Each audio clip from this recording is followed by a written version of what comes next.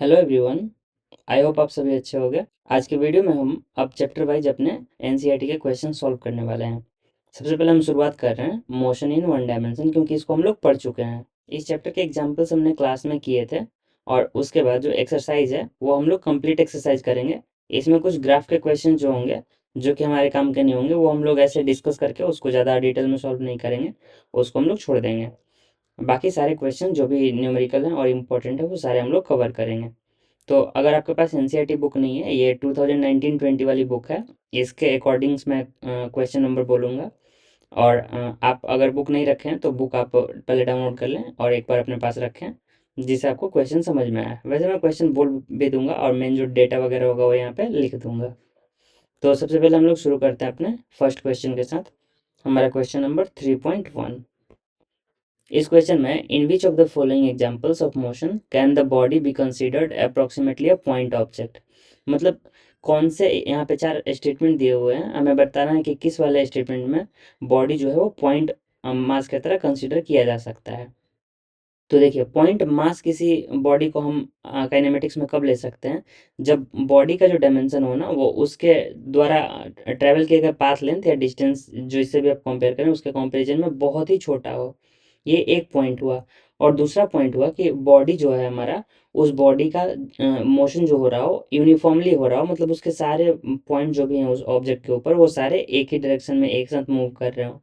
तो उस क्राइटेरिया को फुलफिल करना चाहिए। जहाँ कहीं भी रोलिंग या फिर ऐसा कुछ आएगा, वो मोशन हमारा वहाँ पे बॉडी जो है वो पॉइंट मास हम लोग कंसीडर नहीं कर पाएंगे। जहाँ पे कुछ ऐसा होता है जहाँ पे बॉडी जो है वो यूनिफॉर्मली मूव नहीं कर रही है। तो हम एक एक करके स्टेटमेंट अपना पढ़ते हैं। सबसे पहले देखिए, a railway carriage moving without jerks between two stations.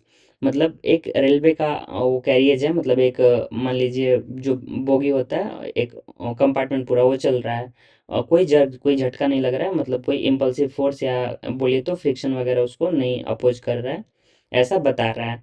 तो जब ये स्मूथ मोशन हो रहा है तो वो जो कैरेज होगा उसके सारे जो भी पार्ट्स होंगे वो सारे एक साथ यूनिफॉर्मली मूव कर रहे होंगे। और सेकेंडली, दो स्टेशंस के बीच में अगर वो मूव कर रहा है तो दो स्टेशन के बीच में डिस्टेंस भी काफ़ी होती है।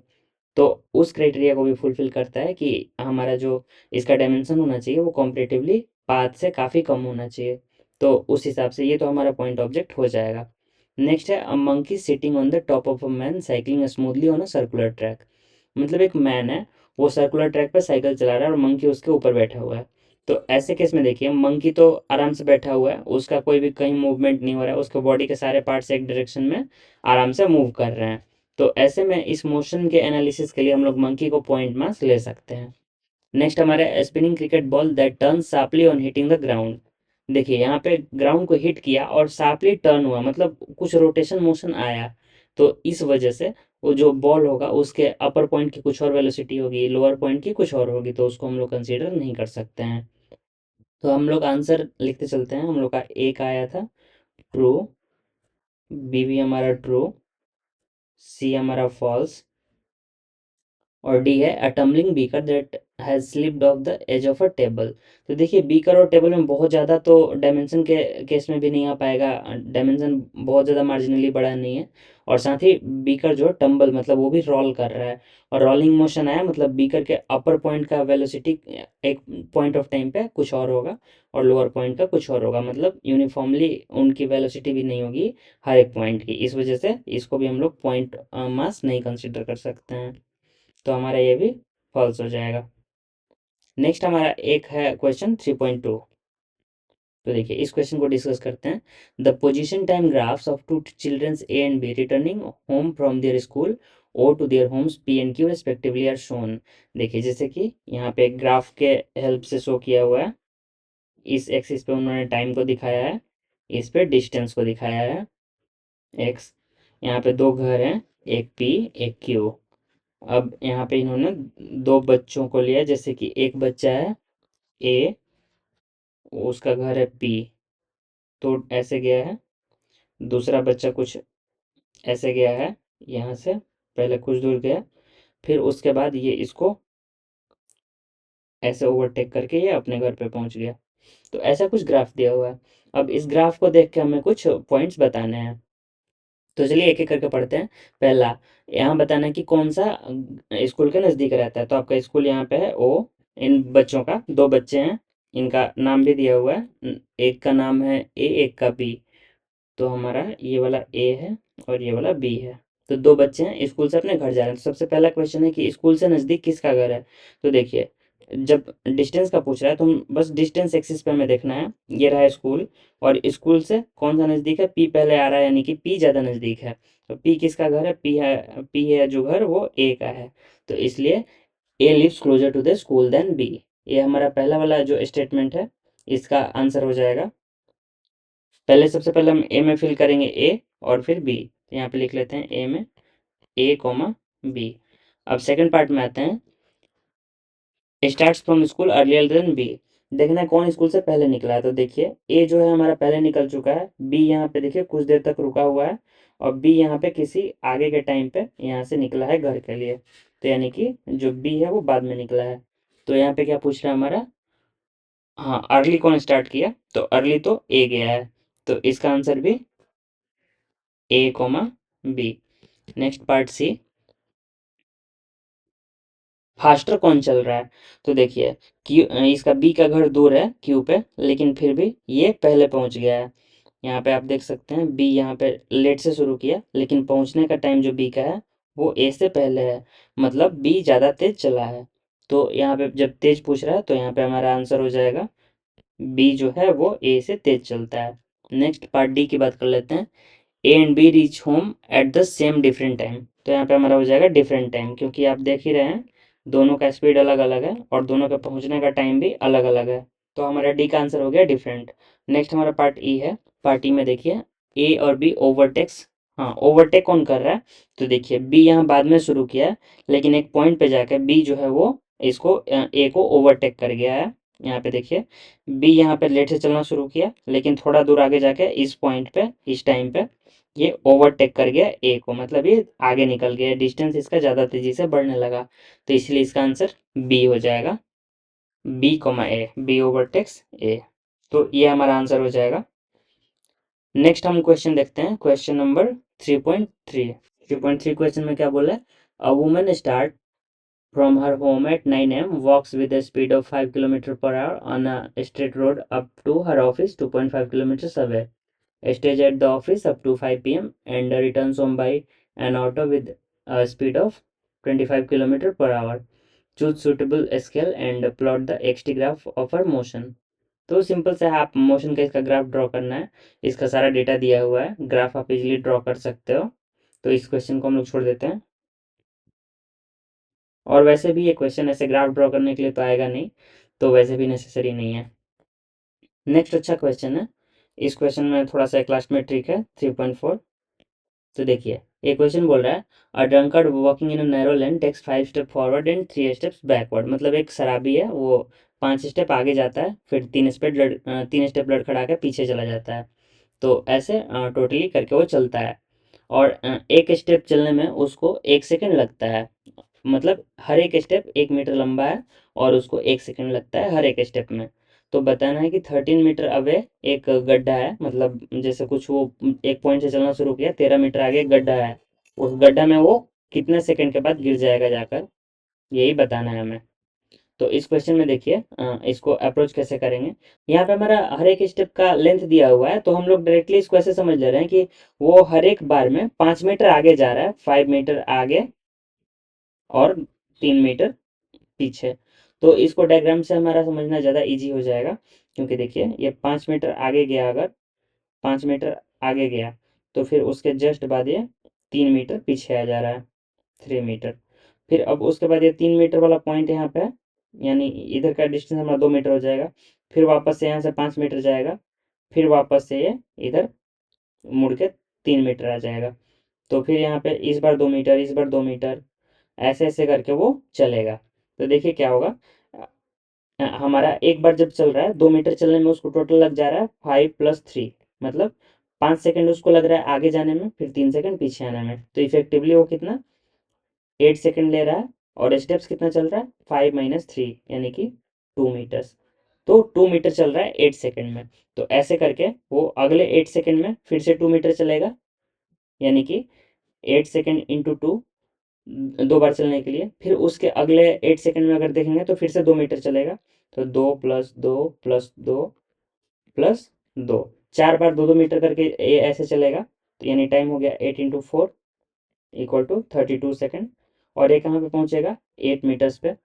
अब इस बार देखिए, इस बार फिर से ये चलेगा, लेकिन इस बार जब 8 मीटर के बाद वो चलेगा ना, तो 8 मीटर, और जब चलेगा 5 मीटर + 5 मीटर, तो ये 13 मीटर पे पहुंच जाएगा और गड्ढे में गिर जाएगा। तो गड्ढे में गिर जाएगा तो फिर वापस आने का तो क्वेश्चन ही नहीं है। तो इसलिए यहाँ पे जो हमारा होगा इस केस में, बस यहाँ पे 32 में 5 सेकेंड और ऐड हो जाएगा। तो हमारा आंसर हो जाएगा 37 सेकेंड। तो इसमें ट्रिक बस इतना ही है कि लास्ट में वो आगे तो जाएगा लेकिन वापस नहीं आएगा। तो इस चीज़ का ध्यान रखना है, नहीं तो आंसर गलत हो जाएगा। और यहाँ पे इसको जल्दी करने के लिए हम ऐसे समझ सकते हैं कि 5 मीटर आगे जा रहा है, 3 मीटर पीछे आ रहा है, मतलब इफेक्टिवली चल रहा है 2 मीटर, और टाइम ले रहा है 8 सेकेंड। लेकिन बस लास्ट में ध्यान रखना है कि वो गलती ना हो। तो चलिए नेक्स्ट क्वेश्चन को देखते हैं, 3.5। ये रिलेटिव मोशन का क्वेश्चन है, लेकिन ये भी काफ़ी इजी है। देखिए एक प्लेन है, प्लेन उड़ रहा है, इसका स्पीड दिया हुआ है 500 km/h। ये है प्लेन का स्पीड है। और इसके अलावा दिया हुआ है ये कंबशन के टाइम इजेक्ट करता है products of combustion at a speed of. तो मान लीजिए अगर कुछ कंबशन का प्रोडक्ट है, उसका स्पीड हम वीसी मानते हैं, तो वो है 1500 km/h। तो देखिए, ये पूछ रहा है कि ग्राउंड पे एक ऑब्जर्वर है, उसका स्पीड क्या दिखेगा। जैसे कि एक चीज देखिए, यहाँ पे जो 1500 km/h दिया हुआ है ना, ये एरोप्लेन के रिस्पेक्ट में दिया हुआ है इस फ्यूल का जो स्पीड है। A jet aeroplane traveling at a speed of 500 kilometers per hour eject its products of combustion at a speed of 1500 kilometers per hour relative to the jet plane. What is the speed of the latter with respect to an observer on the ground? तो देखिए, relative velocity हम लोग कैसे लिखते थे, जैसे velocity of C with respect to P होता था हमारा वीसी माइनस वीपी, ऐसे होता था रिलेटिव वेलोसिटी में, मैंने क्लास में बताया था। तो अब देखिए यहाँ पे दिया हुआ है कि ये जो हमारा प्लेन है ना, इसका जो स्पीड है, इसके जो कंबसन प्रोडक्ट है, इसका स्पीड जो है प्लेन के रेस्पेक्ट में दिया हुआ है, ये हमारा है 1500 km/h। और हमें निकालना है जो इस प्रोडक्ट है इसका स्पीड, और प्लेन का हमें स्पीड दिया हुआ है 500 km/h। अब ये हो जाएगा हमारा इसका ग्राउंड के रिस्पेक्ट में। ये जो दोनों है वीसी और वीपी, ये दोनों ग्राउंड के रिस्पेक्ट में है। तो यहाँ से वीसी हमारा आ जाएगा 1500 km/h प्लस 500 km/h। तो हमारा टोटल हो जाएगा 2000 km/h। तो ये हमारा आंसर हो जाएगा। नेक्स्ट क्वेश्चन की हम बात करते हैं। देखिए इस क्वेश्चन में कुछ खास नहीं था, बस रिलेटिव मोशन को सही से यूज करना है। जैसे अगर v combustion product with respect to plane लिखा हुआ है, तो ये जो पहले लिखा रहता है वो पहले आता है, और इसको पढ़ते भी ऐसे हैं, velocity of combustion product with respect to plane, यानी कि प्लेन के रिस्पेक्ट में। तो यहाँ पे आपको क्वेश्चन में भी लिखा हुआ है कि रिलेटिव टू प्लेन, मतलब प्लेन के रिस्पेक्ट में उसकी वो स्पीड है। तो इस चीज़ का ध्यान रखना है, यहाँ गलती नहीं होगी।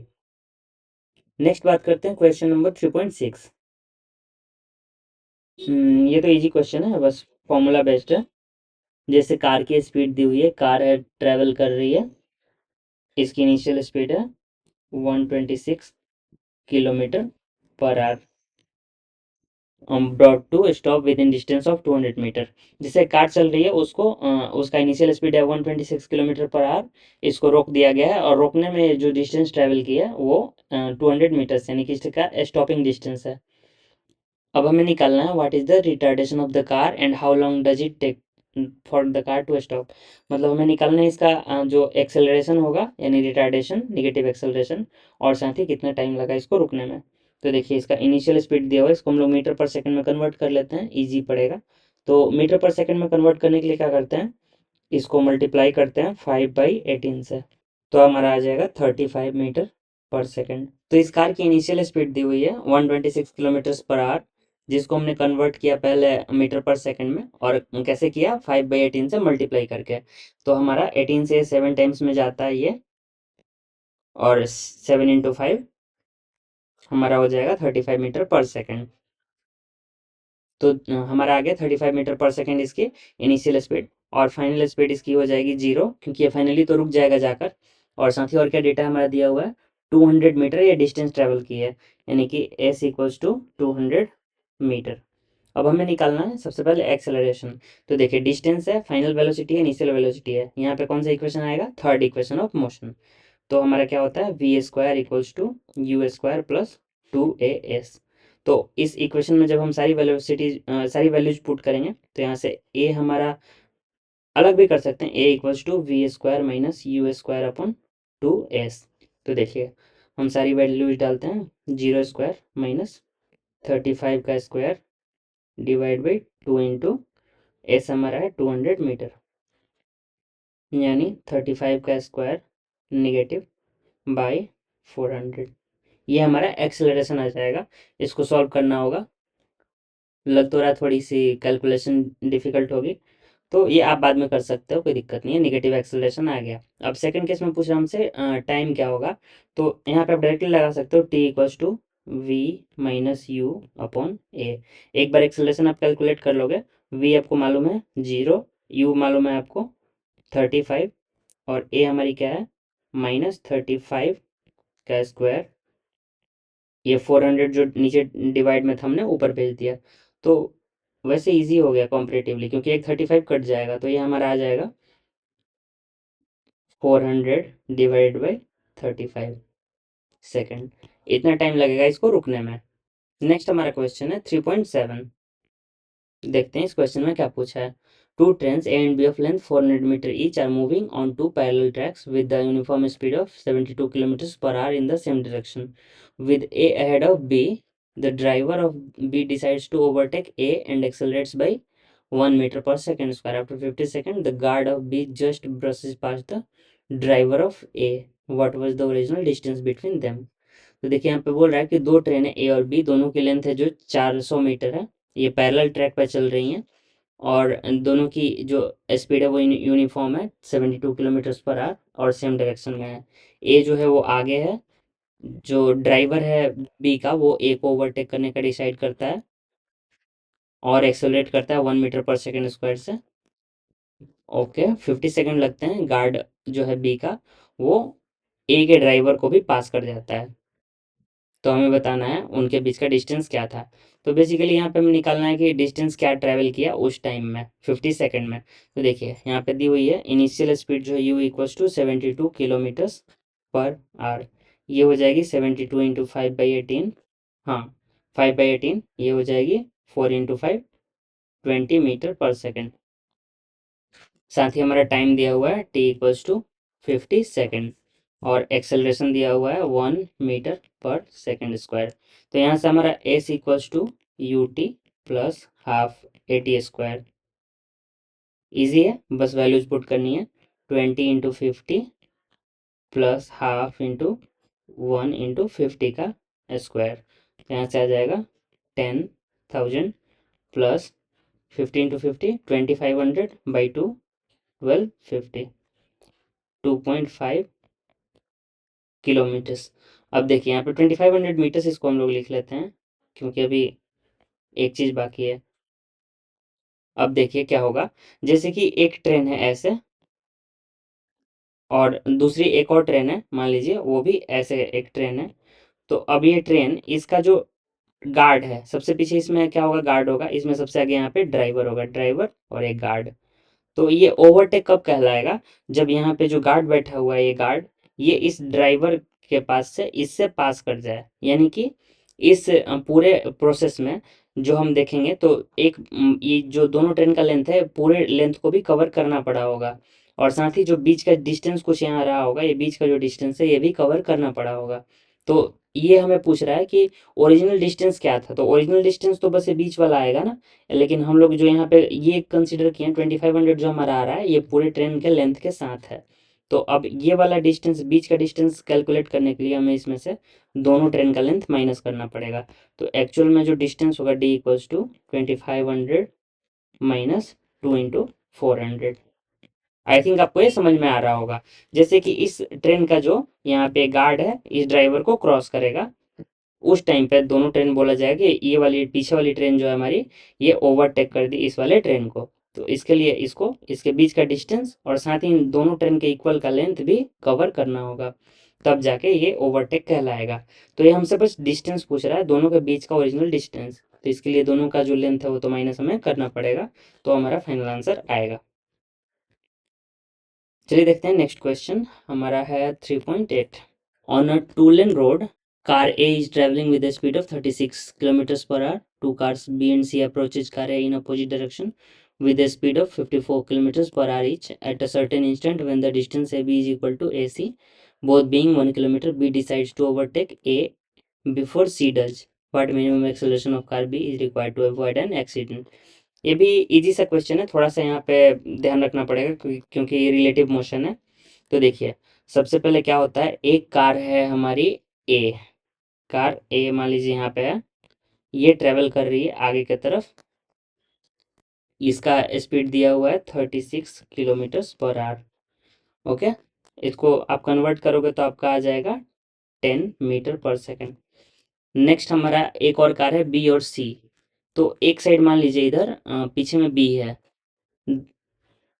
ए अहेड ऑफ बी, मतलब ए जो है वो बी से आगे है। तो मान लीजिए कार बी हमारा कहीं यहाँ पे है, ये इधर की तरफ चल रहा है और इसकी 54 किलोमीटर्स पर आवर यानी 15 मीटर पर सेकंड इसकी स्पीड है। और इसके बाद जो सबसे आगे कार है, ये एक इधर से आ रही है, ये इधर की तरफ आ रही है और इसकी भी स्पीड है 54 किलोमीटर्स पर आवर। तो देखिए क्या होता है, ये कार हमारी ए है, ये बी है, ये सी है। तो इस क्वेश्चन में ऐसा बोल रहा है कि ये जो कार है इन दोनों के बीच यहाँ भी डिस्टेंस इक्वल है, यहाँ भी डिस्टेंस इक्वल है, मतलब ये डिस्टेंस 1 किलोमीटर है। ये यहाँ भी डिस्टेंस 1 किलोमीटर है, यहाँ भी डिस्टेंस 1 किलोमीटर है। तो इस क्वेश्चन में बोल रहा है ये जो बी है ये ए को पहले ओवरटेक करना चाहता है। सी इधर से आ रहा है, सी एक सर्टेन टाइम के बाद, ये तो इधर जा रही है ए और सी इधर, तो एक टाइम के बाद ऐसा होगा कि सी ए को ओवरटेक करेगा। तो बी चाहता है कि इससे पहले कि सी ओवरटेक करे ये खुद ओवरटेक कर दे। और टोटल लेन दो ही है, तो दो लेन है, मतलब अगर ये दोनों सेम टाइम पे यहाँ पे पहुंचते हैं, जैसे सी पहुंचे और बी पहुंचे, तो ऐसे केस में एक्सीडेंट हो जाएगा। तो देखिए यहाँ पे ध्यान क्या रखना है, जब ये इसके पीछे जा रहा होगा तो ये भी इधर आगे की तरफ जा रहा होगा और ये इधर की तरफ आ रहा होगा, तो पूरे मोशन में हमें इनका रिलेटिव मोशन भी कंसीडर करना है। तो चलिए इसको कैसे सॉल्व करेंगे देखते हैं। रिलेटिव मोशन का पूरा कॉन्सेप्ट लगाएंगे यहाँ पे। सबसे पहले देखते हैं कि कितना टाइम लगेगा सी को यहाँ से यहाँ तक आने में। जैसे कि बी को तो कुछ एक्सेलरेशन अपना लेना पड़ेगा, जैसे बी के पास कुछ एक्सेलरेशन आएगा, एक्सेलरेशन ऑफ बी कुछ आएगा, लेकिन इन दोनों का एक्सेलरेशन जीरो है, इनके पास बस वेलोसिटी है। तो इनके लिए हम रिलेटिव मोशन का कॉन्सेप्ट पहले लगाते हैं।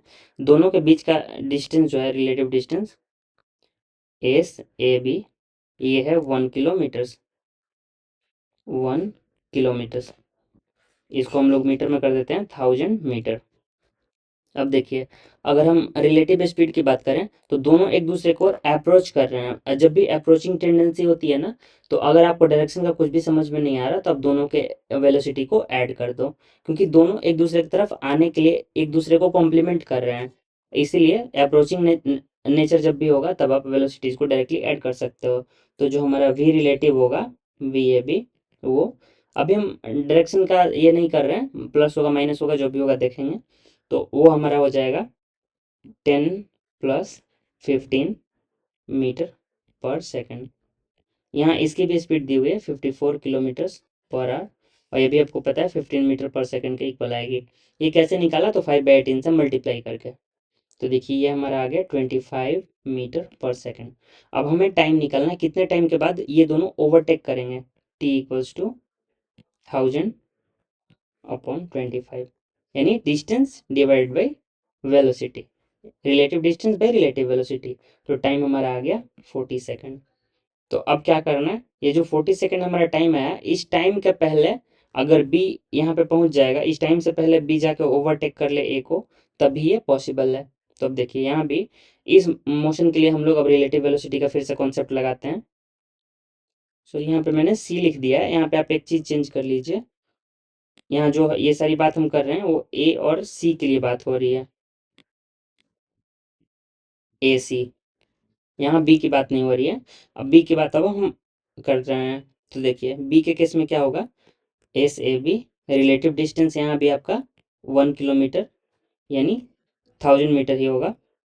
और इस केस में आपके पास टाइम मिल गया t इक्वल्स टू 40 सेकेंड।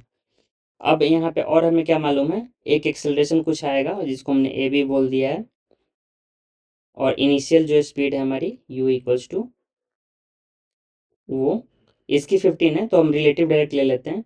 तो यू ए बी, इस बार देखिए क्या होगा, इस बार ये 15 ट्रिपल सेकेंड से तो आगे की तरफ आ रहा होगा, लेकिन साथ साथ जो हमारा ए है, ए भी आगे की तरफ इधर जा रहा होगा। यानी ये इधर आ रहा है लेकिन ये इससे दूर जा रहा है। तो ऐसे केस में क्या होता है, जो हमारा वेलोसिटी होता है वो कंपेरेटिवली कम हो जाता है इससे। तो यानी जो बड़ी वाली वेलोसिटी होगी उसमें से छोटी वाली को माइनस कर देंगे यहाँ पे, क्योंकि एक दूसरे से दोनों दूर की तरफ जा रहे हैं। जैसे ये तो इधर अप्रोच कर रहा है लेकिन ये आगे की तरफ भाग रहा है। जैसे 15 से इसको पकड़ने ट्राई कर रहा है लेकिन ये 10 से भाग रहा है। तो इफेक्टिवली ये इसके पीछे 5 से भाग रहा है। जैसे देखिए ये 10 मीटर पर सेकंड से भाग रहा है, ये 15 से भाग रहा है। तो दोनों का 10 मीटर वाला तो कैंसिल हो जाएगा, ये इफेक्टिवली 5 से इसके पीछे पीछे जाएगा। तो जो u relative u A B हमारा आ जाएगा, वो आ जाएगा 5 मीटर पर सेकंड। तो देखिए यहाँ पे भी इक्वेशन ऑफ मोशन, यहाँ पे कौन सा लगाएंगे हम लोग, s equals to u t plus half a t square, ये ज़्यादा इजी पड़ेगा। तो देखिए यहाँ पे लगा देंगे 1000 इक्वल्स टू यू हमारा है 5 × 40 प्लस हाफ ए इंटू 40 का स्क्वायर। देखिए सॉल्व करते हैं, ये आपका 200 आएगा, तो 1000 माइनस 200, और ये 2 जो है ये इधर ऊपर आ जाएगा, इंटू 2 डिवाइडेड बाई 40 का स्क्वायर इक्वल्स टू ए। तो देखिए कितना आता है, ए इक्वल्स टू हमारा 800 इंटू 2 1600 बाई 1600 यानी 1 मीटर पर सेकंड स्क्वायर। तो ये भी काफ़ी इजी क्वेश्चन था, बस ध्यान रखना था हमें डायरेक्शन का। तो ऐसे क्वेश्चंस आ सकते हैं एग्जाम में, काफ़ी प्रोबेबल है। आप जब इसको सॉल्व करने लगेंगे तो काफ़ी फास्ट सॉल्व होगा। अभी थोड़ा सा टाइम लग सकता है लेकिन ये घबराने वाली बात नहीं है, प्रैक्टिस करिए जल्दी जल्दी होगा। अब नेक्स्ट हम लोग चलते हैं 3.9। तो 3.9 क्वेश्चन क्या बोल रहा है, two towns A and B are connected by regular bus service. जैसे कि दो टाउन है ए और बी, दोनों के बीच में रेगुलर बस सर्विस है कि दोनों ही साइड से, मतलब कि एक टाइम पे किसी भी एक साइड से हर एक टी मिनट पे बस चल रही है। मतलब अगर अभी एक बस चली टाउन ए से, तो टी मिनट्स के बाद टाउन बी से एक बस चलेगी, मतलब इधर डायरेक्शन में एक टाइम पे बस चलेगी। यहाँ पे बोल रहा है कि एक आदमी है जो साइकिलिंग कर रहा है, इसकी स्पीड दी हुई है 20 मीटर पर second in the direction A to B, A से बी की तरफ जा रहा है। ये देख रहा है कि इसके हर एक 18 मिनट के बाद इसके डायरेक्शन ऑफ मोशन में एक बस जा रही है, और 6 मिनट के बाद अपोजिट डायरेक्शन से एक बस आ रही है। तो देखिए क्या होगा, ए पर्सन है कुछ, इसकी मानते हैं वी मैन, इसकी जो है 20 किलोमीटर पर आवर। अब हो क्या रहा होगा, जैसे कि ये जिस डायरेक्शन में जा रहा होगा, ये अगर कुछ इस डायरेक्शन में जा रहा होगा, तो इधर से जो भी बसें जा रही होंगी वो कंपेरेटिवली तेज जल्दी जल्दी आएंगे, क्योंकि यहाँ पे अप्रोचिंग टेंडेंसी आ गई। और इधर से जो भी बस जाएगी वो कंपेरेटिवली धीरे जाएगी, क्योंकि जो ये है हमारा, ये तो ऑलरेडी आगे की तरफ जा रहा है, और ये इसको इसका एक तरह से पीछा कर रही है। तो ये इसके पीछे पीछे जाएगी, तब तक ये कुछ डिस्टेंस ये भी आगे चलेगा। तो इस वजह से यहाँ पे जो टाइम गैप होगा ज़्यादा होगा, और यहाँ पे टाइम गैप कम होगा। तो यहाँ पे भी आपको रिलेटिव मोशन का कॉन्सेप्ट लगाना है। तो देखिए क्या करना है, इसकी जो दी हुई है वेलोसिटी, कुछ बस की एक स्पीड होगी वी बस मान लेते हैं, कुछ भी सर्टेन वी। तो देखिए यहाँ पे क्या होगा, यहाँ पे मैन के रेस्पेक्ट में हम बस को देखेंगे। जैसे बस है वो एक सर्टेन डिस्टेंस कुछ मानते हैं, अगर एस डिस्टेंस जाना हो, तो अगर अप्रोचिंग वाली बस है जो मैन के तरफ आ रही है, तो वो क्या होगा, उस केस में उसकी जो वेलोसिटी है वो मैन में ऐड हो जाएगी, v+20, ये हमारा होगा। और दूसरे केस में क्या होगा, इधर से जो वो आ रहा होगा, हमारा टाइम दिया हुआ है ना 1 मिनट 18, हाँ ये दिया हुआ है हमारा s/v+20। जब अप्रोचिंग टेंडेंसी है तो यहाँ पे 6 मिनट लग रहा है टाइम। ये डिस्टेंस डिवाइड बाई स्पीड, देखिए ये हमारा ऊपर ये डिस्टेंस है और ये स्पीड है, तो हमारे यहाँ पे टाइम आ रहा है 6। और दूसरा केस दिया हुआ है हमारा, जब अप्रोचिंग नहीं एक दूसरे से दूर की तरफ जाने वाला टेंडेंसी है, तो उस टाइम में सेम डिस्टेंस को चलने में लगेगा v-20। तो ये हमारा दिया हुआ है कितना, 18 मिनट्स, ये 6 मिनट्स। तो अब देखिए इन दोनों को हमें रिलेट कर देना है। तो ये 6 देख रहे होंगे, ये जो है इसके 3 टाइम्स है, तो डायरेक्टली लिख देते हैं 3 × s/v + 20 = s/v - 20। यहाँ से s कट जाएगा और ये उधर चला जाएगा, ये हमारा इक्वेशन बन जाएगा 3 × v - 20 = v + 20। अब इसको ब्रैकेट को अगर ओपन करते हैं तो 3v - v = 20 + 60। v जो हमारा आएगा वो 40 km/h आएगा। यहाँ पे हमसे पूछ क्या रहा है, या हाँ, तो हमारा v का वैल्यू आ गया। अब यहाँ से हम निकाल सकते हैं कि इसकी डिस्टेंस क्या है, और साथ ही यहाँ से टाइम हमें निकालना है, कितने टाइम के बाद ये एक बस जा रही है। तो अब यहाँ पे देखिए हमें जो स्पीड है बस की वो मिल गई। तो अब हमें जो इन्फॉर्मेशन दिया हुआ है यहाँ पे किसी भी एक इक्वेशन में पुट करेंगे तो हमें इसका डिस्टेंस मिल जाएगा जो हमारा s है। तो s = क्या हो जाएगा, 6 × v + 20। ये 6 हमारा मिनट में एक्चुअली है, तो इसको हम लोग को 6/60 करना पड़ेगा इसको आवर्स में करने के लिए, क्योंकि यहाँ पे हमारा ये आवर्स में है। तो ये हो जाएगा 1/10 × 40 + 20। तो 10 हमारा यहाँ 60 अगर आएगा तो ये कट जाएगा, तो हमारा डिस्टेंस आ जाएगा 6 किलोमीटर। और हमें यहाँ पे डिस्टेंस मिल गई, तो डिस्टेंस को सिंपली हम लोग बस के स्पीड से डिवाइड कर देंगे। ये जो डिस्टेंस है हमारी, ये 2 स्टॉप के बीच की डिस्टेंस है, इसको हम लोग डिवाइड कर देंगे बस के स्पीड से, तो हमें टाइम भी मिल जाएगा। तो s/ बस की जो है v, तो ये हमारी आ जाएगी 6/40, ये जो 6 किलोमीटर 40 km/h। तो हमारा ये जो पर आवर है इसको हम लोग अगर चेंज करना चाहें मिनट में, तो इसके लिए हम लोग क्या कर सकते हैं, यहाँ पे इसको मिनट में चेंज करने के लिए हम लोग मल्टीप्लाई कर देंगे 60 से। तो आंसर हमारा आ जाएगा 6 × 6 36/4, 9 मिनट्स। यानी 9 मिनट के इंटरवल पे एक बस ऑपरेट कर रही है, और दोनों स्टॉप्स के बीच का डिस्टेंस हमारा आया 6 किलोमीटर, और बस की स्पीड हमारी आई 40 km/h। तो ये हमारा टोटल जो भी फाइंड आउट करना था। नेक्स्ट क्वेश्चन हम देखते हैं, क्वेश्चन नंबर 3.10। तो देखिए क्वेश्चन क्या बोल रहा है, a player throws a ball upwards with an initial speed of 29.4 metre per second. यहाँ पे एक ऊपर की ओर बॉल प्रोजेक्ट किया है 29.4 मीटर्स/सेकंड। अब हमें बताना है direction of acceleration during upward motion of the ball. जब बॉल ऊपर जा रही हो तो डायरेक्शन ऑफ एक्सेलरेशन क्या होगा। तो ये मैंने आपको क्लास में पहले भी बताया था, कभी भी अगर हम बॉल को ऊपर प्रोजेक्ट करते हैं तो थ्रू आउट द मोशन, पूरे पाथ पे जब भी ये बॉल रहेगा तो हमेशा एक्सेलरेशन नीचे की तरफ ही होगा। ग्रेविटेशनल एक्सेलरेशन हमेशा नीचे की तरफ एक्ट करता है। अर्थ हमेशा किसी भी ऑब्जेक्ट को अपने तरफ अट्रैक्ट करती है, अपने तरफ खींचती है, तो हमेशा इसका एक्सेलरेशन जो होगा वो नीचे की तरफ होगा। तो एक आंसर हमारा हो जाएगा डाउनवर्ड्स। नेक्स्ट पार्ट बी की बात करते हैं, what are the velocity and acceleration of the ball at the highest point of its motion. तो देखिए जब ये बॉल यहाँ से जाएगा, जब हाईएस्ट पॉइंट पे पहुंचेगा ना, इस पॉइंट पे मैंने आपको बताया था यहाँ पे वेलोसिटी 0 हो जाती है। तो यहाँ पे इसका वेलोसिटी तो 0 हो जाएगा, लेकिन एक्सेलरेशन अभी भी रहेगा, और वो इक्वल टू रहेगा -g। ग्रेविटेशनल एक्सेलरेशन जो होगा वहाँ भी एक्ट कर रहा होगा, एक्सेलरेशन कभी भी 0 नहीं होगा पूरे पाथ में। और लेकिन यहाँ पे इसका जो एक स्पीड है वो 0 हो जाएगा हाईएस्ट पॉइंट पे जाके। अगला पार्ट है, choose the x = 0 metre and t = 0 second to be the location and time of the ball at its highest point.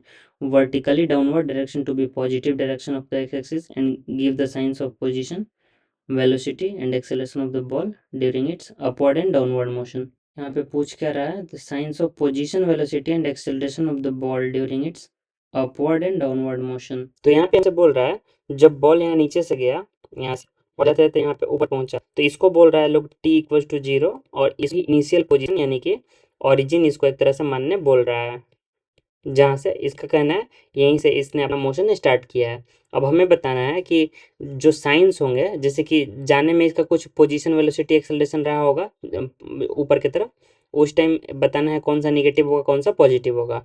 और ये भी बोल रहा है कि डाउनवर्ड डायरेक्शन जो है उसको पॉजिटिव हमें मानना है। तो देखिए जब ऊपर की तरफ जा रहा होगा तो सबसे पहले पूछ रहा है इसकी पोजीशन, तो पोजीशन तो नीचे की तरफ रही होगी इधर कहीं पे डाउनवर्ड डायरेक्शन में। पोजीशन अगर नीचे है तो नीचे इसके हिसाब से पॉजिटिव है, तो पोजीशन तो पॉजिटिव हो जाएगी। उसके बाद नेक्स्ट बोल रहा है हमसे पोजीशन के बाद velocity and acceleration of the ball. तो वेलोसिटी ऊपर की तरफ है तो निगेटिव हो जाएगी, और एक्सेलरेशन नीचे की तरफ है तो पॉजिटिव हो जाएगी। इसको हम लोग डिनोट कर लेते हैं एस, ये बी और ये ए। ये ऊपर जाते टाइम। अब नीचे आते टाइम क्या होगा, तो नीचे आते टाइम इसकी जो वेलोसिटी होगी, वेलोसिटी भी नीचे की तरफ हो जाएगी, तो वेलोसिटी भी पॉजिटिव हो जाएगी। एक्सेलरेशन ऑलरेडी नीचे है तो वो भी पॉजिटिव, और जो पोजीशन है वो भी नीचे की तरफ तो वो भी पॉजिटिव। तो इस तरह से इस मोशन में हम लोग बता सकते हैं कब कौन सी डायरेक्शन में क्या साइन हम लोग यूज करेंगे। नेक्स्ट पूछा है, to what height does the ball rise and after how long does the ball return to the player's hand. Okay, यहाँ पे बोल रहे हैं मैक्सिमम हाइट निकालना है और कितना टोटल टाइम ऑफ फ्लाइट लगा वो निकालना है। तो यहाँ पे भी इक्वेशन ऑफ मोशन यूज कर लेंगे। ये हमारा हो गया सी पार्ट, ए भी हमने लिख दिया। अब डी पार्ट के लिए हम लोग इक्वेशन ऑफ मोशन यूज कर रहे हैं। तो हमें दिया हुआ है इनिशियल जो स्पीड है u इक्वल्स टू 29.6 मीटर पर सेकेंड, एक्सेलरेशन लेंगे हम 9.8 मीटर पर सेकेंड स्क्वायर निगेटिव। अब देखिए यहाँ पे हम एक्सेलरेशन 9.8 ले रहे हैं, 10 नहीं ले रहे हैं, क्योंकि यहाँ पे देख के पता चल रहा है कि इसका मल्टीपल में आएगा तो कैलकुलेशन में यही लेना होगा। नेक्स्ट चीज़ जो हमारा दिया हुआ है, हाँ जब फाइनल पॉइंट पे जाएगा ऊपर, वहाँ पे v जो होगा वो 0 हो जाएगा। ये चीज़ हमें ध्यान रखना है। तो अब हम यहाँ से कैलकुलेट कर सकते हैं सबसे पहले टाइम। तो ऊपर जाने में क्या लगेगा time, v minus U upon A. तो ये हमारा आ जाएगा 0 माइनस यू हमारा है 29.6 डिवाइड बाई माइनस 9.8, यहाँ से 3 सेकंड आ रहा है। तो टाइम ऑफ फ्लाइट जो पूरा टाइम होगा वो 2t हो जाएगा, 2 इंटू 3 सेकेंड, 6 सेकंड हमारा टोटल टाइम ऑफ फ्लाइट आया। मतलब इसको प्लेयर के हाथ से ऊपर जाके फिर वापस आने में 6 सेकंड लग जाएंगे। अब इसकी मैक्सिमम हाइट निकाल लेते हैं। तो हमें सब मालूम है, कोई भी इक्वेशन यूज कर सकते हैं सेकंड या थर्ड। तो इसलिए s equals to u t plus half a t square, ये यूज कर लेते हैं। यू हमें दिया हुआ है 29.6 into 3 plus half into acceleration हमारा -9.8 इंटू 9 का स्क्वायर। तो यहाँ से हमें -4.9 इंटू 9 का स्क्वायर। तो इसको आप लोग सॉल्व कर लेना, इसको सॉल्व करेंगे तो इसका आंसर आ जाएगा। इसको दूसरे वे में भी जा सकते हैं, थर्ड इक्वेशन का यूज करके, तो वहाँ से भी आंसर आ जाएगा। कैलकुलेशन यहाँ पे थोड़ी सी गंदी है। नेक्स्ट क्वेश्चन पे हम चलते हैं, हमारा क्वेश्चन नंबर 3.11। तो इस क्वेश्चन में क्या बोल रहा है, हाँ यहाँ पे भी स्टेटमेंट बेस्ड क्वेश्चन है, हमें बताना है a particle in one dimensional motion. अगर एक पार्टिकल है वन डायमेंशन में मोशन कर रहा है तो इसके लिए क्या क्या सही होगा क्या फॉल्स होगा। पहला है with zero speed at any instant may have zero non zero acceleration at that instant. तो अभी हमने एग्जांपल पढ़ा, जब बॉल अपने हाईएस्ट पॉइंट पे था तो यहाँ पे इसकी स्पीड जीरो थी, इस पॉइंट पे इसकी स्पीड जीरो थी, लेकिन एक्सेलरेशन नीचे की तरफ लग रहा था। तो ये पहला सिचुएशन हमारा पॉसिबल है। तो यहाँ पे इसलिए हमारा ये जो होगा ट्रू होगा। नेक्स्ट है विद जीरो स्पीड में हैव नॉन जीरो वेलोसिटी। अगर स्पीड जीरो हो गया तो फिर वेलोसिटी भी जीरो हो ही जाएगा। तो जब स्पीड जीरो हो जाएगा तो वेलोसिटी के नॉन जीरो होने का कोई क्वेश्चन ही नहीं है। थर्ड है हमारा with constant speed must have zero acceleration. हाँ ये तो ट्रू होगा, क्योंकि जब स्पीड कांस्टेंट है, स्पीड को कौन बदल सकता है, कोई एक्सेलरेशन आएगा तभी। तो जब स्पीड कांस्टेंट है तो एक्सेलरेशन जीरो हमारा होना ही है। तो बी हमारा फॉल्स, सी हमारा ट्रू। नेक्स्ट डी है with positive value of acceleration must be speeding up. जब एक्सेलरेशन का वैल्यू पॉजिटिव है तो हाँ, जब एक्सेलरेशन पॉजिटिव रहेगा तो स्पीड को बढ़ाएगा, एक्सेलरेशन अगर निगेटिव रहेगा तो स्पीड को घटाएगा। ये एक्सेलरेशन का प्रॉपर्टी होता है। नेक्स्ट क्वेश्चन हमारा 3.12। इस क्वेश्चन में a ball is dropped from a height of 90 metre on a floor. At each collision with the floor the ball loses 1/10 of its speed. Plot the speed time graph of its motion between t equal to 0 to 12 second. तो ये तो आप calculate कर सकते हो, calculate करके इसको लिख सकते हो। हर सेकंड में बोल रहा है इसका स्पीड जो है 1/10 कम हो जा रहा है। अगर ये मान लो 10 के स्पीड से पहले बार गिरा तो ये जब रिबाउंड करेगा तो 10 की जगह ये 9 से करेगा। 1/10 मतलब 1 मीटर पर सेकंड इसका लॉस हो जाएगा। तो ऐसे करके ये इसका मोशन हो रहा है। तो ग्राफ ड्रॉ करना है, ग्राफ हमारे ज़्यादा काम का नहीं एग्जाम में, ग्राफ रीड करने आना चाहिए, ग्राफ ड्रॉ करने वो लोग तो देंगे नहीं क्योंकि ऑप्शन बेस्ड एग्जाम है। नेक्स्ट है 3.13। इस क्वेश्चन में क्या है, explain clearly with examples the distinction between magnitude of displacement over an interval of time and the total length of path covered by the particle over the same interval. Okay, हाँ तो हो सकता है, अलग अलग तो हो सकता है हमारा। जैसे दोनों को समझ लेते हैं। जैसे कोई पार्टिकल यहाँ से यहाँ गया, यहाँ से यहाँ गया, तो देखिए ये जो है हमारा ये डिस्प्लेसमेंट हुआ और इसका कुछ मैग्नीट्यूड होगा। तो डिस्प्लेसमेंट का जो मैग्नीट्यूड होगा बस इतना कवर करेगा, लेकिन जो डिस्टेंस ट्रेवल मतलब पाथ लेंथ होगा, पाथ लेंथ ये प्लस ये हमारा इतना होगा, तो दोनों अलग होता है। Next magnitude of average velocity over an interval of time, average speed over the same interval. Okay, तो सेम चीज़ है यहाँ पे देखिए, जब डिस्प्लेसमेंट कम है तो एवरेज वेलोसिटी कम आएगा, लेकिन ये जो हमारा पाथ लेंथ है वो ज़्यादा है तो एवरेज स्पीड ज़्यादा आएगा। तो ऐसा हो सकता है, बस एक चीज़ ध्यान रखना है, जो हमारा मैग्नीट्यूड ऑफ डिस्प्लेसमेंट होगा वो हमेशा लेस देन और इक्वल टू डिस्टेंस, वैसे ही सेम हमारा जो मैग्नीट्यूड ऑफ वेलोसिटी होगा वो हमेशा लेस देन और इक्वल टू स्पीड, ऐसा हमेशा होता है। नेक्स्ट क्वेश्चन पे चलते हैं 3.14। 3.14 में a man walks on a straight road from his home to a market. एक मैन जा रहा है अपने घर से मार्केट 2.5 किलोमीटर अवे, फिर मार्केट बंद है तो वापस आ जा रहा है वो। जाते से टाइम स्पीड दिया हुआ है 5 किलोमीटर पर आवर, आते टाइम दिया हुआ है 7.5 किलोमीटर पर आवर। अब हमें बताना है magnitude of average velocity and average speed. Okay, पहला बार पूछ रहा है 0 to 30 मिनट में, तो देखिए 30 मिनट में कहाँ पहुँचा होगा, इसकी स्पीड है 5 kilometres per our, 5 kilometres per our speed है। 30 मिनट बाद ये कहाँ पहुँचेगा, 30 मिनट ये हो जाएगा 1/2 आवर्स, तो हमारा 5/2 किलोमीटर जाएगा। यहाँ से v, इसके हेल्प से हम निकाले v इंटू 1/2, 5/2, 2.5 किलोमीटर्स। ये हो गया डिस्टेंस ट्रेवल्ड और यही डिस्प्लेसमेंट भी होगा। तो उस टाइम पे जो अगर हम इसकी स्पीड लिखेंगे तो 2.5 divide by 1/2, 5 kilometres per our.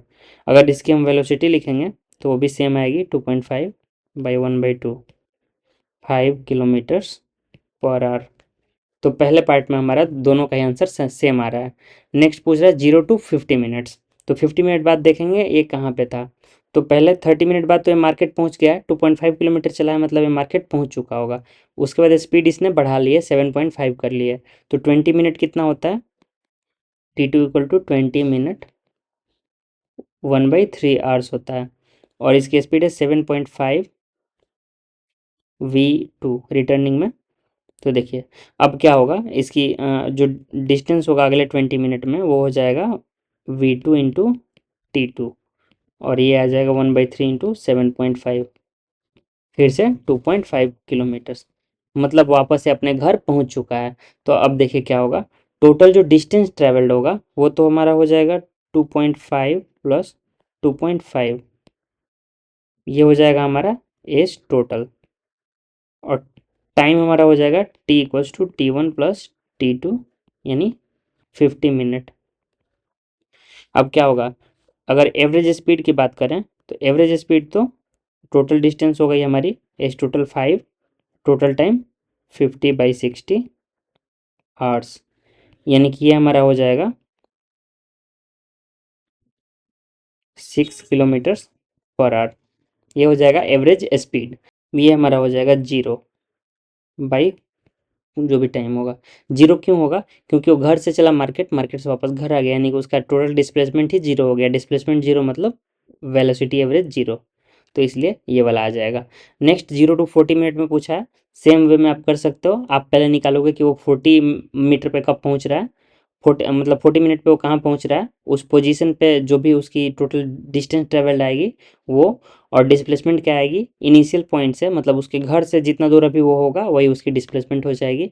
तो ऐसा करके आप पार्ट सी सॉल्व कर सकते हो, उसको छोड़ देते हैं क्योंकि बिल्कुल सिमिलर है। नेक्स्ट हमारा ये कौन सा क्वेश्चन था, 3.14। 3.15 क्या है, we have carefully distinguished between average speed and magnitude of average velocity. No such distinction is necessary when we consider instantaneous speed and magnitude of velocity. तो देखिए क्या बोल रहा है, जैसे कि एवरेज स्पीड और मैग्नीट्यूड ऑफ एवरेज वेलोसिटी दोनों अलग होता है, मैंने ऊपर आपको बताया। मैग्नीट्यूड ऑफ एवरेज वेलोसिटी जो होगा वो हमेशा लेस देन और इक्वल टू एवरेज स्पीड होगा। तो अब होता क्या है कि जैसे कि अगर बहुत छोटे इंटरवल के लिए लेते हैं, जैसे कि कोई पार्टिकल ऐसे चल रहा है, अगर बिल्कुल इतने छोटे से टाइम में पूछें तो यहाँ पे एवरेज इंस्टेंटेनियस इस पॉइंट पे दोनों ही सेम आ जाता है, क्योंकि ये इंटरवल इतना छोटा होता है कि वहाँ पे हम लोग इसका डिफरेंस नहीं निकाल पाते हैं। तो इसीलिए इस पॉइंट पे इसी को हम लोग कभी कभी dx/dt भी बोलते हैं, डिफ्रेंसिएशन से इसको डिनोट करते थे। यहाँ पे टाइम इंटरवल बहुत ज़्यादा छोटा होता है, तो ऐसे में एवरेज वेलोसिटी जो होती है वही इंस्टेंट वेलोसिटी या इंस्टेंटेनियस स्पीड भी हो जाती है, तो इस चीज़ का आप ध्यान रख सकते हैं। नेक्स्ट हमारा 3.16, यहाँ पे कुछ ग्राफ दिए हुए हैं, चलिए ड्रॉ करके देख लेते हैं। जैसे एक ग्राफ ऐसे है, ये टाइम एक्सिस है, ये एक्स है, तो इन्होंने कुछ ऐसे ऐसे करके बना दिया है। तो देखिए यहाँ पे क्या है, ये जो किसी भी एक टाइम पे सेम टाइम पे अगर एक हम लाइन यहाँ पे डालें तो इस ऑब्जेक्ट का दो पोजीशन है, तो ऐसा तो पॉसिबल ही नहीं है, एक टाइम पे एक ऑब्जेक्ट दो जगह पे कैसे हो सकता है। तो ये इम्पॉसिबल सिचुएशन है। तो पहला हमारा ग्राफ ये गलत है, तो इसको हम लोग गलत यहाँ कर देते हैं। सेकंड ग्राफ हमारा दिया हुआ है, इस पर वेलोसिटी टाइम का ग्राफ है, ये v है ये t है। तो अब देखिए एक ही सेम टाइम पे अगर एक लाइन डालें तो इसका वेलोसिटी जो निगेटिव भी है और पॉजिटिव भी, एक टाइम पे ये दो डायरेक्शन में कैसे जा सकता है, पॉजिटिव और निगेटिव, ये तो पॉसिबल ही नहीं है, तो हमारा ये भी गलत है। थर्ड हमारा है स्पीड दिया हुआ है, ऐसे कुछ करके स्पीड दिया हुआ है। तो देखिए क्या है, यहाँ पे स्पीड जो है स्पीड निगेटिव है। स्पीड निगेटिव कैसे हो सकता है, डिस्टेंस और स्पीड तो कभी निगेटिव हो ही नहीं सकता है, तो हमारा ये भी गलत है। नेक्स्ट हमारा लास्ट वाला है टोटल पाथ लेंथ। अब देखिए यहाँ पे भी लोचा है, यहाँ पे क्या लोचा है, जिससे ये पाथ लेंथ है, ये हमारा पाथ लेंथ कैसे घट सकता है, जैसे हम यहाँ से यहाँ गए फिर यहाँ से अगर वापस भी आएंगे तो पाथ लेंथ तो हमारा बढ़ता जाएगा, पाथ लेंथ तो घटाने का कोई वे ही नहीं है, पाथ लेंथ घट नहीं सकता, इसलिए ये भी हमारा गलत है। तो इस तरह से हमारा चारों ग्राफ गलत है। 3.16 का नंबर लिख देते हैं 3.16। नेक्स्ट अगले क्वेश्चन की बात करते हैं 3.17। तो हमारा ये क्वेश्चन है, figure 3.21 shows x T plot. Okay, यहाँ पे ग्राफ दिखाया हुआ है, तो हमारा एक ग्राफ दिया हुआ है, इस ग्राफ में हमारा यहाँ पे ऊपर एक्स है यहाँ पे टी है। तो हमें क्या बताना है, हाँ ये जो पूछ रहा है कि ये क्या पाथ को बता रहा है या फिर नहीं, ये क्या चीज़ को बता रहा है। तो देखिए ये किसी का इक्वेशन है, distance versus time. Distance versus time जो पैराबोला है, मतलब इसकी अगर जो वेलोसिटी रही होगी, वेलोसिटी क्या स्लोप से पता चलती है, और देखिए स्लोप हमेशा चेंज हो रहा है मतलब वेलोसिटी चेंज हो रहा है, वेलोसिटी चेंज हो रहा है मतलब एक्सेलरेशन है, और वेलोसिटी जो है काफ़ी यूनिफॉर्मली चेंज हो रहा है मतलब एक्सेलरेशन कांस्टेंट है। इस ग्राफ से हमें ये समझ में आता है। तो आप समझ रहे होंगे ये किसी बॉल को गिराया गया है, या बॉल को इनिशियल स्पीड क्या है, जीरो से शुरू हो रही है ना, हाँ बॉल को ड्रॉप किया हुआ है इनिशियली जीरो स्पीड के साथ, उसके बाद बॉल जो है आगे की तरफ बढ़ रही है। तो वो उस केस का ये बता रहा है, एक मतलब एक तरह से बॉल का मोशन है ग्रेविटी के इन्फ्लुएंस में। तो ये हमारा पाथ का ये नहीं है, पाथ का शेप नहीं है, ये उसका ग्राफ है मोशन का। नेक्स्ट हमारा 3.18, फिर से हमारे रिलेटिव वेलोसिटी का क्वेश्चन। हमारा क्वेश्चन है, एक पुलिस की वैन है वो हाईवे पे जा रही है और चोर का कार का पीछा कर रही है। पुलिस के गाड़ी की स्पीड दी हुई है 30 किलोमीटर्स पर आवर, और चोर के गाड़ी की स्पीड है 192 किलोमीटर्स पर आवर। अब यहाँ पे बोल रहा है कि अब देखिए इतनी स्लो स्पीड है तो पुलिस तो पकड़ पाएगी नहीं, तो पुलिस गोली चलाती है। बुलेट का स्पीड है 150 मीटर पर सेकेंड। तो सबसे पहले हमें क्या करना होगा, सबसे पहले इन सारे स्पीड्स को देखते हैं। अब यहाँ पे दो चीज़ें आप कर सकते हो, रिलेटिव वेलोसिटी से वैसे डील तो करना ही पड़ेगा दो दो बार। एक बार जब बुलेट जब गन से निकलेगी तो उसको बुलेट गाड़ी के अंदर से चलाया गया तो गाड़ी की स्पीड भी उसे मिलेगी, और फिर जब फाइनल वहाँ पे जाएगी तो वहाँ पे एक बार फिर से रिलेटिव वेलोसिटी लगेगा जो आगे चोर भाग रहे हैं उनके यहाँ पे। तो चलिए देखते हैं कैसे कैसे होगा। सबसे पहले मान लीजिए पुलिस की कुछ गाड़ी है, यहाँ से अगर बुलेट निकल रही है तो जो बुलेट की स्पीड होगी, एक्चुअल स्पीड जो बुलेट की होगी वो इसको इंक्लूड करेगी। यहाँ पे जो दिया हुआ है बुलेट का 150 मीटर पर सेकेंड, वो इसकी एग्जैक्ट मजल स्पीड मतलब गन से निकलने वाली स्पीड है, लेकिन इसमें वो गाड़ी की स्पीड कंसीडर नहीं हुई है। तो बुलेट की अगर स्पीड देखेंगे इस गाड़ी के साथ साथ कंसीडर करके तो नेट स्पीड आ जाएगी 150 प्लस, सबसे पहले इस गाड़ी की स्पीड निकाल लेते हैं, v police equals to 30 × 5/18, 5 3 25/3, 8.33, 8.33, 158.33 metre पर सेकेंड। अब नेक्स्ट क्या, हमारा जो आगे यहाँ पे चोर लोग अपने कार से भाग रहा है, उनकी जो स्पीड है वी थीफ इक्वल्स टू 192 × 5/18, तो इनकी कुछ आएगी 10 12। ओके, तो ये हमारे थीप्स के कार की स्पीड हो गई, और ये हमें पता है। अब देखिए ये लोग आगे भाग रहे हैं, बुलेट इनकी तरफ आ रही है, बुलेट, अब बुलेट की स्पीड हमें मालूम है। तो अब क्या होगा, बुलेट का जो इम्पैक्ट होगा जो इनको नुकसान पहुंचाएगा वो कितना होगा, एक तो ये लोग आगे जा रहे हैं तो इनको कंपेरेटिवली नुकसान कम होगा, मतलब बुलेट जब जाएगी तो कुछ स्पीड से ये लोग भी आगे भाग रहे होंगे तो बुलेट धीरे धीरे धीरे धीरे करके इनको लगेगी। तो वैसे केस में क्या होगा इनकी जो ये जो टेंडेंसी है वो एक दूसरे से दूर जाने वाली है, यहाँ पे अप्रोचिंग टेंडेंसी नहीं है, तो इनके स्पीड का हम लोग डिफरेंस लेंगे, तो ऑब्वियसली बड़े वाले में से छोटे वाले को घटाएंगे। तो हमसे फाइनल पूछा क्या है, okay, obtain the speed which is relevant for damaging the thief's car. तो वी डैमेज क्या आ जाएगा, v B minus v T, तो ये आपका आ जाएगा 158.33 माइनस 103.33, तो हमारा आ जाएगा 105 मीटर पर सेकेंड। तो ये हमारा आंसर आ जाएगा। नेक्स्ट इसके बाद क्वेश्चन हमारा है 3.19, फिर से ग्राफ का क्वेश्चन है। ये क्वेश्चन भी इजी सा है, इसमें आप कोई भी सिनेरियो बता सकते हो, जैसे कि सिंपल सा पहला ग्राफ हमारा ऐसा है, ऐसे करके है, फिर वापस से ऐसे, फिर ऐसे। तो देखिए ऐसा कब होता है, सबसे पहले यहाँ से जा रहा है, ये एक्स है, डिस्टेंस कुछ यहाँ पे देखिए एक चीज़, यहाँ पे जो स्लोप है ये थोड़ा सा गड़बड़ हो गया हमारा, यहाँ पे स्टीप स्लोप और यहाँ पे धीमा स्लोप है, फिर ऐसे आगे चला गया है। तो देखिए ये क्या बता रहा है, जैसे कि ये स्लोप अगर हम देखें तो ये एक्स टी ग्राफ है, एक्स टी ग्राफ का स्लोप क्या देता है, वेलोसिटी। तो इस पॉइंट पे यहाँ पे शार्प ये है, मतलब यहाँ पे स्पीड ज़्यादा रही होगी, फिर यहाँ धीरे धीरे धीरे करके डाउन हुआ है, मतलब स्पीड कम हो गई होगी। तो ऐसा कब होता है, जब कहीं पे कॉलिजन होता है, कॉलिजन होगा तो स्पीड घट जाएगी, और स्पीड घटने की वजह से ये जो ग्राफ हमारा जो ये स्लोप होगा ये थोड़ा सा कम हो जाएगा। तो ऐसा तब होता है जब कहीं पे कॉलिजन हो, जैसे कि मान लो अगर जाके कोई चीज़ दीवार से टकराए, या फिर हम बॉल को ऐसे ज़मीन पे टप्पा दें, तो वैसे केस में भी ऐसा ग्राफ हमें मिल जाता है। पहले इनिशियली स्पीड ज़्यादा है, फिर स्पीड कम है। नेक्स्ट हमारा है, हाँ नेक्स्ट केस हमारा यहाँ पे दूसरा लिया हुआ है, ऐसा कुछ ग्राफ है, ऐसे करके कम होते जा रहा है। तो ऐसा ग्राफ कब आता है, जब जैसे कि वेलोसिटी जो है वो बढ़ रही है, फिर कम हो रही है, फिर बढ़ रही है, फिर कम हो रही है। ये जब मल्टीपल रिबाउंड करेगा बॉल, अगर कोई बॉल को हम लोग ऊपर फेंकें तो वेलोसिटी सबसे पहले ऊपर की तरफ रहेगी, जीरो से शुरू होकर, फिर वापस से बॉल नीचे आएगा तो वेलोसिटी उसकी अचानक से नेगेटिव होने लगेगी, और नेगेटिव होते होते नीचे आएगी, फिर अगले टप्पा के बाद उसकी कुछ स्पीड कम हो जाएगी, फिर थोड़ा कम ऊपर जाएगा। तो ऐसे करके ये वाला ग्राफ हमारा हो जाएगा। नेक्स्ट ग्राफ है हमारा, मतलब यहाँ पे एक्सेलरेशन बस एक मोमेंट के लिए ही एक्ट किया है, बस थोड़ा देर के लिए किया है, वापस से फिर एक्सेलरेशन हट गया है। तो ऐसा कब हो सकता है कि एक सिचुएशन तो हो सकता है कि बॉल तेज़ी से आ रहा हो, बॉल देखिए ज़मीन पे आ रहा हो बॉल, अगर बॉल हवा में आ रहा होगा तो ग्रेविटी भी आएगी फिर एक्ट में, तो एक्सेलरेशन ऐसा नहीं हो पाएगा। तो ऐसे के लिए बॉल अगर ज़मीन पे से रोल करता हुआ आ रहा है, यहाँ पे बॉल आया, आपने इधर तेज़ी से मारा, इधर मान लो भी से आ रही थी, आपने इतना तेज़ से मारा कि वापस मुड़ गई भी की तरफ से, तो एक मोमेंट के लिए एक्सेलरेशन आया, लेकिन उसका डायरेक्शन मुड़ा दिया और फिर एक्सेलरेशन हट गया। तो ऐसा कोई भी केस हो सकता है इस थर्ड केस के लिए। वैसे इनफाइनाइट सिनेरियो हो सकता है, आप अपने हिसाब से कुछ भी सोच सकते हैं। इस क्वेश्चन का प्रोबेबिलिटी वैसे भी बहुत कम है आने का।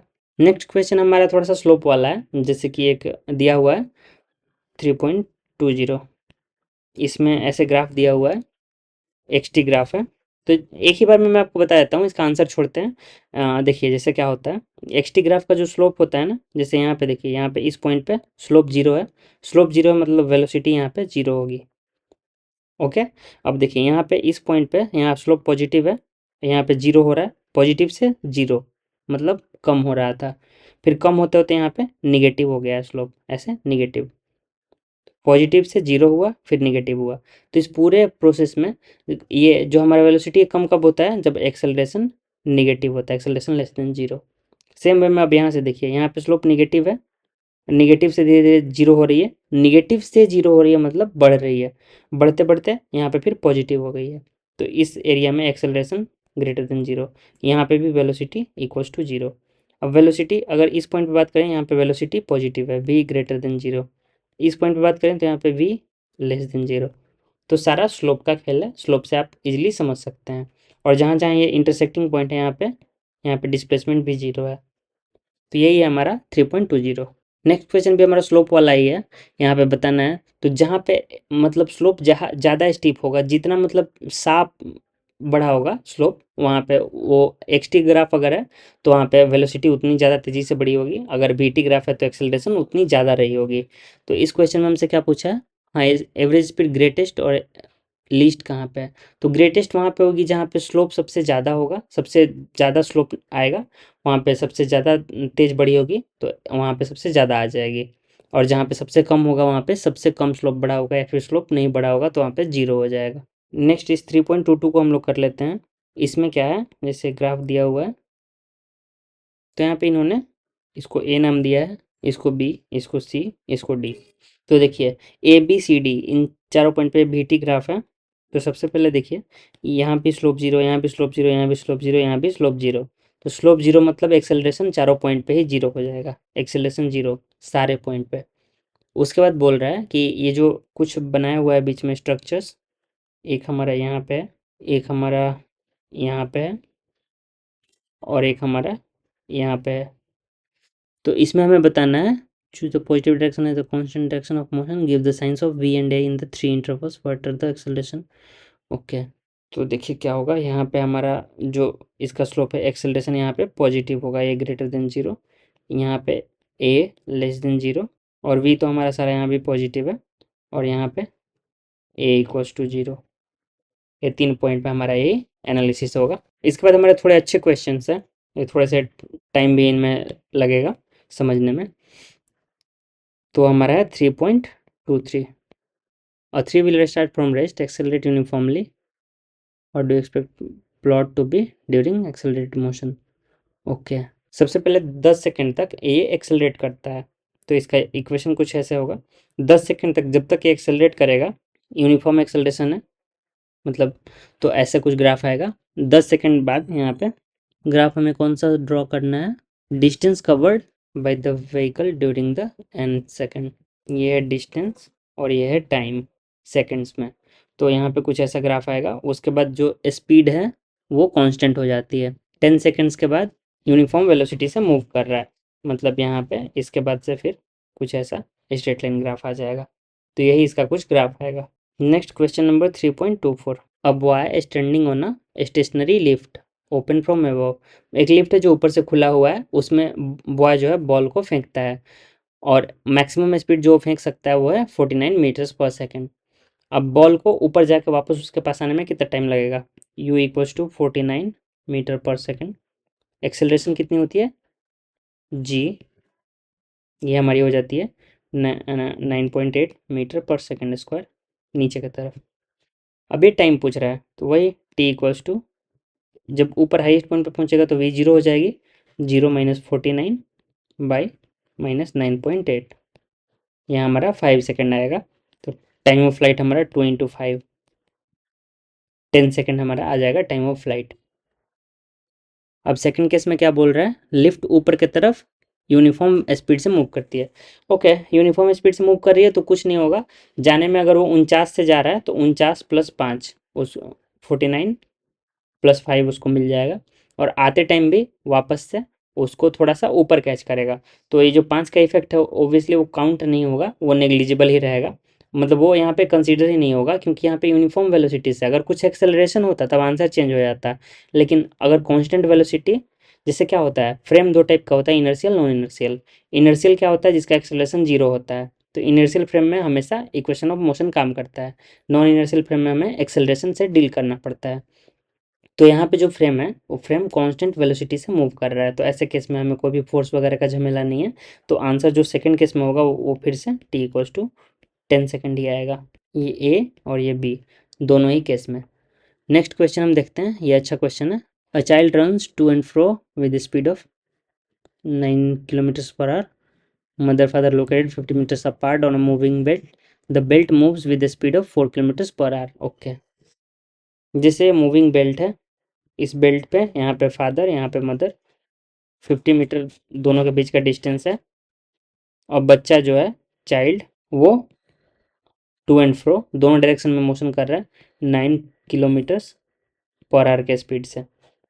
अब सबसे पहले इसके स्पीड को चेंज कर लेते हैं, v equals to 9 kilometre per hour, ये हो जाएगा 9 इंटू 5/18 यानी कि 2.5 मीटर पर सेकेंड। अब यहाँ पे एक चीज़ और दी हुई है, जो बेल्ट है वो मूव हो रहा है 4 किलोमीटर पर आवर के स्पीड से। तो जैसे क्या होगा, देखिए बेल्ट अगर मूव कर रहा है किसी भी एक डायरेक्शन में, तो जो ग्राउंड पे यहाँ पे कोई आदमी होगा उसको क्या लगेगा, उसको लगेगा जब वो बेल्ट के मूव करने के डायरेक्शन में जा रहा होगा, तो उस केस में तो जल्दी जल्दी पहुंच जा रहा होगा। मतलब मान लो बेल्ट इधर की ओर जा रही है, तो बेल्ट के साथ साथ जब ये भी इधर की ओर जा रहा होगा तो ये कॉम्परेटिवली ज़्यादा तेज चलता हुआ दिख रहा होगा ग्राउंड से। लेकिन जब बेल्ट मान लो इधर की तरफ जा रही है और वो इधर की तरफ जा रहा होगा तो उसको सेम उतने ही दूर जाने में ज़्यादा टाइम लगेगा। जैसे आप अगर एस्केलेटर ऊपर की ओर जा रही है और आप उस पर उतरने ट्राई करोगे तो आपको ज़्यादा टाइम लगेगा उतरने में अपोजिट डायरेक्शन में।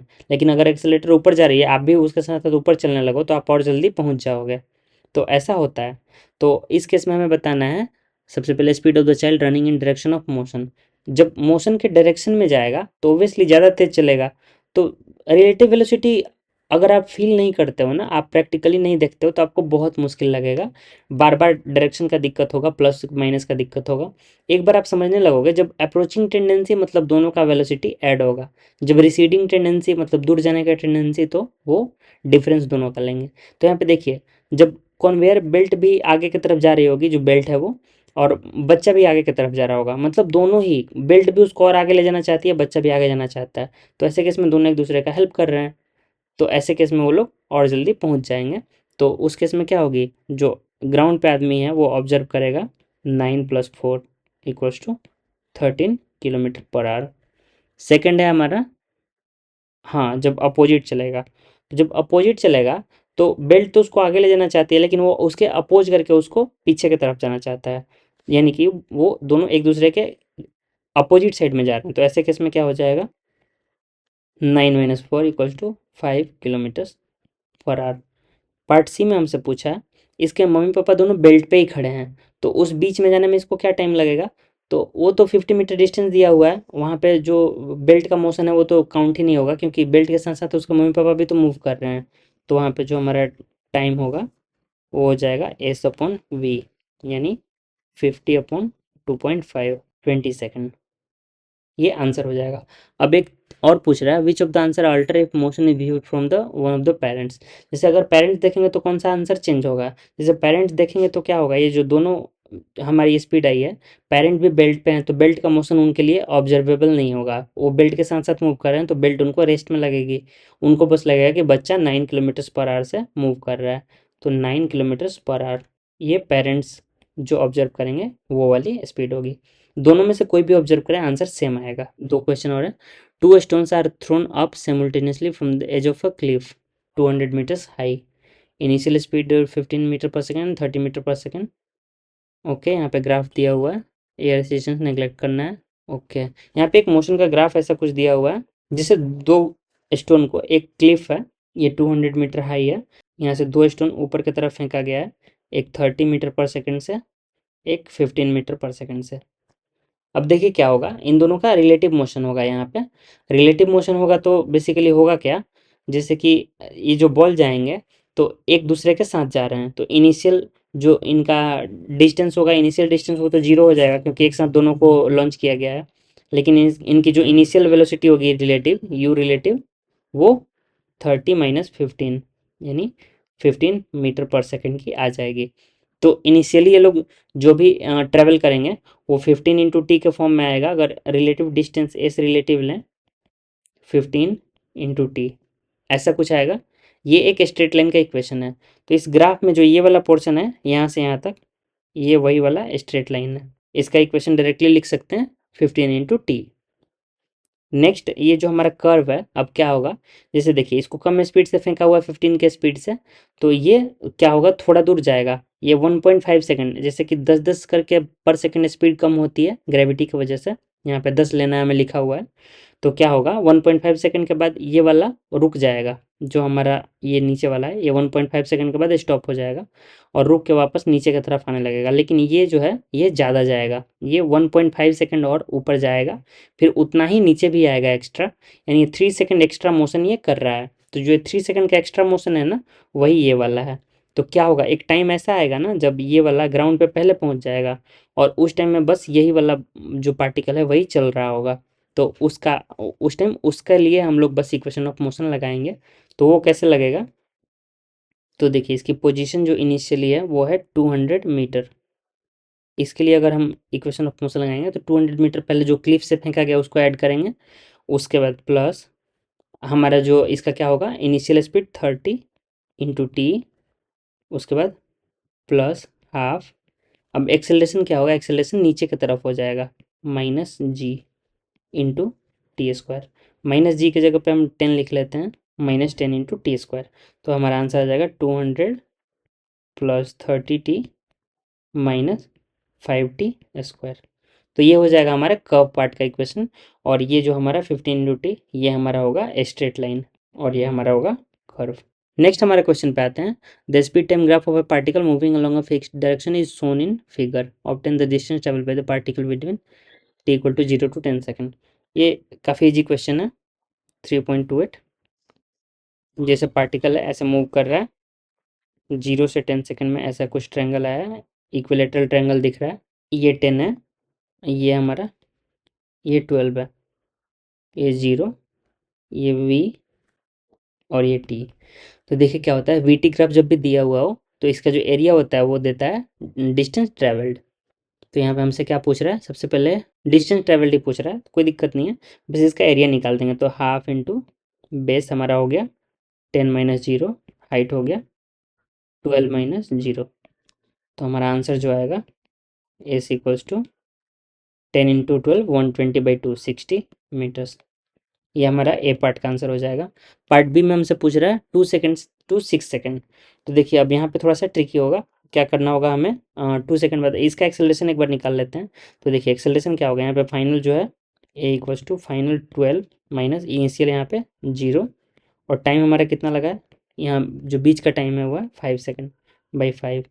तो ये आएगा 2.4 मीटर पर सेकेंड स्क्वायर। ये A1 है।